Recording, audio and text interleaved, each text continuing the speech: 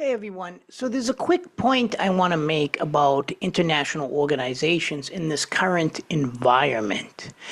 There's a theory that pervades the social sciences. It's called hegemonic stability theory. The idea is that you need a hegemonic power, that is, a powerful state in the state system. I'm not talking about the United States system, I'm talking about the world system, in order to create organizations.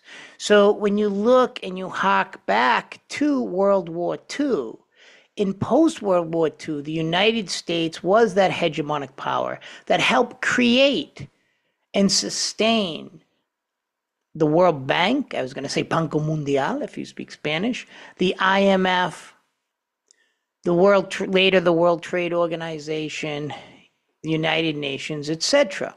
So you need that hegemonic power for a number of reasons. One, to get other powers on board. And two, it has the resources to actually help facilitate this. And it also, let's say, breathes a certain credibility to these organizations. So this kind of builds off of other, even a little older lectures I've done in order for you to understand this. But in the current environment, the Trump administration, love them or hate them, that's not what's important now, is withdrawing from the World Health Organization, saying it doesn't like the United Nations that much. It wants to cut funding for a lot of organizations. So the question is, in a course on law and international organization, what comes next? That's where can other powers, maybe not hegemonic powers like the most powerful power in the state, kind of guide these types of organizations. This is where the idea in the article that I authored years ago, not that long ago, but on South-South relations is very important, because sometimes you can't depend on a hegemonic power like the United States. So can other powers come in, even quote unquote developing countries, to create their own organizations? That's what's behind me, UNASUR. And as you read the article, UNASUR did help facilitate peace to a certain degree. It also helped in a place in Bolivia when there was a massacre there. Instead of using the OAS, that's the Organization of American States, that's dominated by the United States,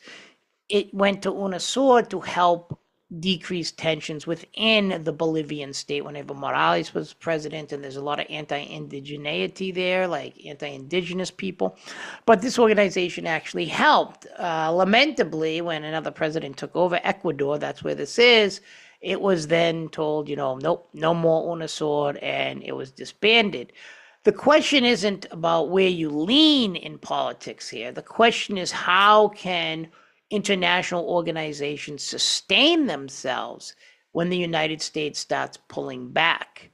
Can they still continue, or can you do something like South-South relations, where you can have alternative institutions, usually regional institutions? That's why it's important, that whole, Central American Court of Justice article that I authored, the South-South relations. It's not whether you're right or left, because in one of those cases, it was Santos under Uribe who helped create better relations with Venezuela through UNASUR. And it was also Cuba and Colombia under a conservative president in Colombia to help solidify relations with Cuba and use Cuba as a guarantor for the peace process of Colombia, which was to end the longest civil war in Latin American history, which was the FARC, F-A-R-C, against the government. And by bringing Cuba instead of the United States as a counterbalance, it was a very good strategy and a very good policy, because it gave legitimacy to the guerrillas in Colombia.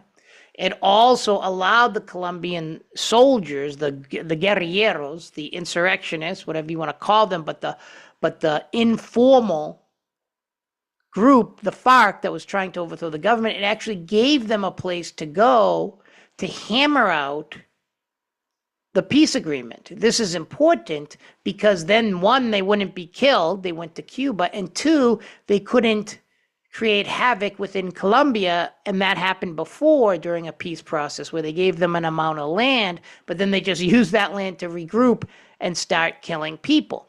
So this was a very smart move. It also helped convince the hardliners in the FARC to actually go to Cuba and hammer out the deals of the peace process, agrarian reform, that is giving peasants reform, giving up their weapons, becoming a political party. But by getting Cuba involved, it gave that the credibility. So there are alternatives out there.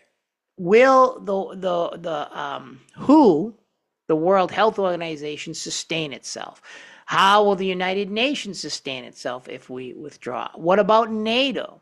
Some people might agree that the NATO countries, Germany, France, should be giving a little more, and maybe they should be.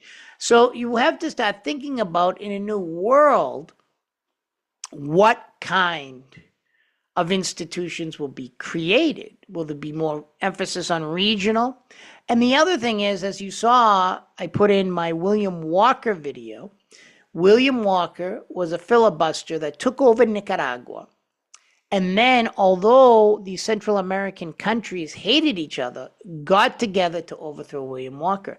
Is that going to happen in a new world? Meaning, as the United States withdraws, that's the point of the USAID video. I want you to take a quick look at those videos. I show them in a lot of videos, in a lot of courses. But particularly here, to this course, they're very important because the idea is, if we withdraw from the world, right? And, USAID used to go to many different countries then. We closed USAID. I was one of the last scholars to actually finish a USAID grant. Does that decrease the U.S. soft power? And do other states start expanding and then putting in their own, quote unquote, organizations, post hoc, etc., into these countries? But more importantly, will different states consolidate together because the United States is withdrawing and, frankly, getting them angry with all these tariffs and things like that? So India gets kind of pushed in the arms of China and Russia, the BRICS countries. And even Canada has said, oh, okay, if the United States starts putting tariffs on us, we're going to start looking to buy, say, military equipment from South Korea.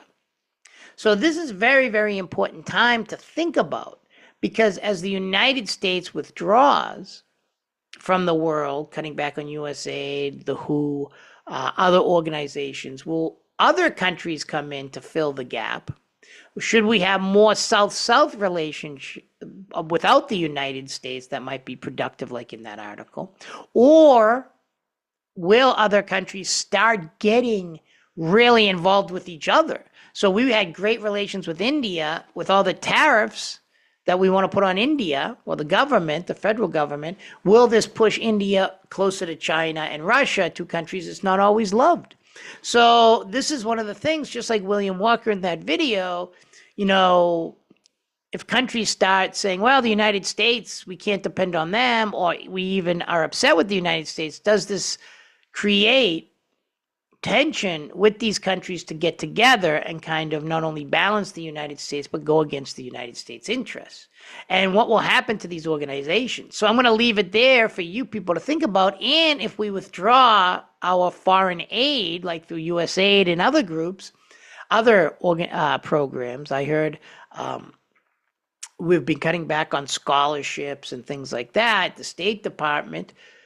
Does that mean other states will come in, like China, right, with its huge initiative to spread and expand, come in and replace the United States, as well as Russia and other countries?